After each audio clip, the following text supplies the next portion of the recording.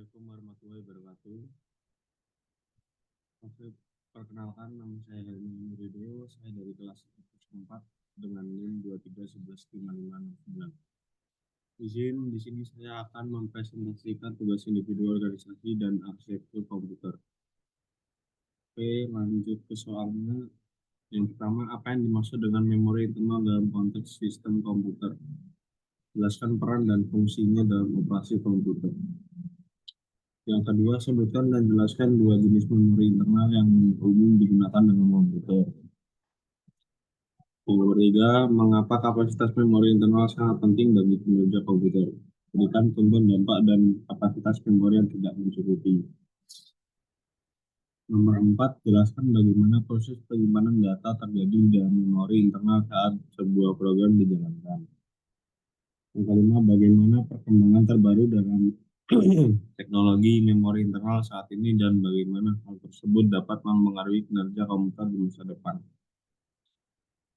Jawabannya nomor 1, memori internal dalam konteks sistem komputer mengacu pada memori yang digunakan oleh komputer untuk menyimpan data dan instruksi yang diperlukan untuk menjalankan program secara cepat. Memori ini biasanya bersifat volatil, artinya data yang disimpan di dalamnya hilang saat komputer dimatikan. Fungsinya adalah untuk menyediakan ruang penyimpanan sementara yang dapat diakses dengan sangat cepat oleh prosesor. Memungkinkan eksekusi program dan tugas sistem dengan lebih efisien. Untuk peran dan fungsinya ada 3. Yang pertama, menyimpan data dan instruksi program yang sedang berjalan. Yang kedua, menyediakan ruang untuk operasi perhitungan sementara. Yang ketiga, memfasilitasi pertukaran data cepat antara prosesor dan perangkat input atau output. Lanjut, jawaban yang kedua, dua jenis memori internal yang umum digunakan dalam komputer, yaitu ada dua, RAM dan ROM. Yang pertama RAM, atau bisa disebut Random Access Memory. Ini adalah jenis memori yang paling sering digunakan sebagai memori utama. RAM bersifat volatil dan digunakan untuk menyimpan data dan program yang sedang aktif diproses oleh komputer. Data di RAM dapat diakses dengan cepat, memungkinkan komputer menjalankan aplikasi dengan efisien. Yang kedua, yaitu ROM, atau bisa disebut read-only memory. ROM adalah jenis memori non-volatil dan menyimpan data secara permanen. Data di ROM tidak dapat diubah atau dihapus dengan mudah. Dan biasanya bersifat firmware atau instruksi yang penting yang diperlukan oleh sistem untuk booting dan operasi dasar. Jawaban nomor 3 adalah kapasitas memori internal sangat penting bagi kinerja komputer karena kapasitas memori yang besar memungkinkan lebih banyak data dan program yang dapat dijalankan secara bersamaan. Jika kapasitas memori tidak mencukupi, yaitu ada dua, komputer harus menggunakan memori virtual atau bisa disebut swap dari hard disk yang jauh lebih lambat yang menyebabkan penurunan kinerja. Yang kedua, aplikasi dapat menjadi lambat atau bahkan crash karena tidak cukup ruang untuk menampung data yang diperlukan untuk beroperasi. Contoh dampak yaitu jika komputer dengan RAM terbatas menjalankan aplikasi berat seperti pengeditan video atau pemrosesan data besar, aplikasi tersebut mungkin akan berjalan sangat lambat dan sering sekali menyebabkan sistem menjadi tidak responsif karena komputer harus menggunakan memori swap dan hard disk. Oke, lanjut ke jawaban keempat, yaitu proses penyimpanan data di memori internal saat program dijalankan. Ada 4. Yang pertama, saat sebuah program dimulai, sistem operasi membuat program tersebut dari penyimpanan permanen yang bisa disebut hard disk atau SSD ke dalam RAM.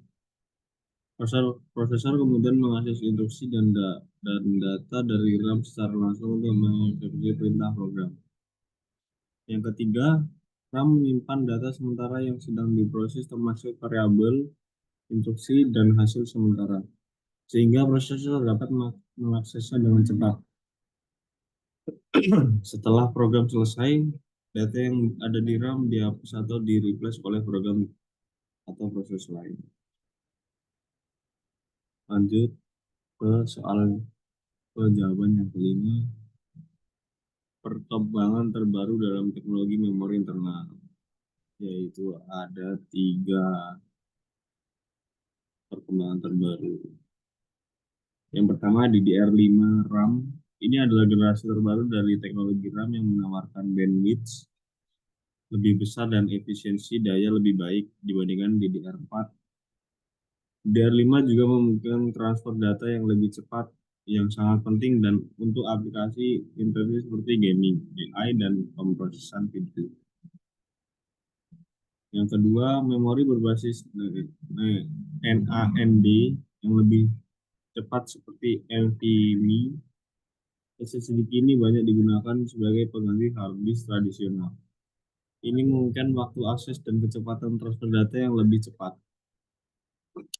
Yang ketiga, teknologi memori non-volatil baru seperti Intel Optane, PIM, atau memori resistif atau bisa disebut RAM menawarkan kecepatan seperti RAM tetapi dengan sifat non-volatil, yang berarti data tidak hilang saat komputer dimatikan.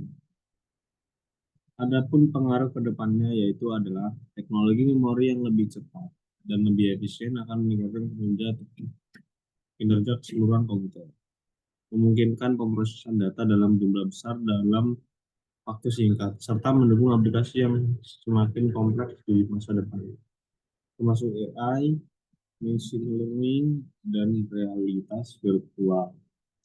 Itu bisa disebut VR. Oke, mungkin itu saja dari presentasi saya kali ini. Ya, mungkin ya saya akhiri saja. Wassalamualaikum warahmatullahi wabarakatuh.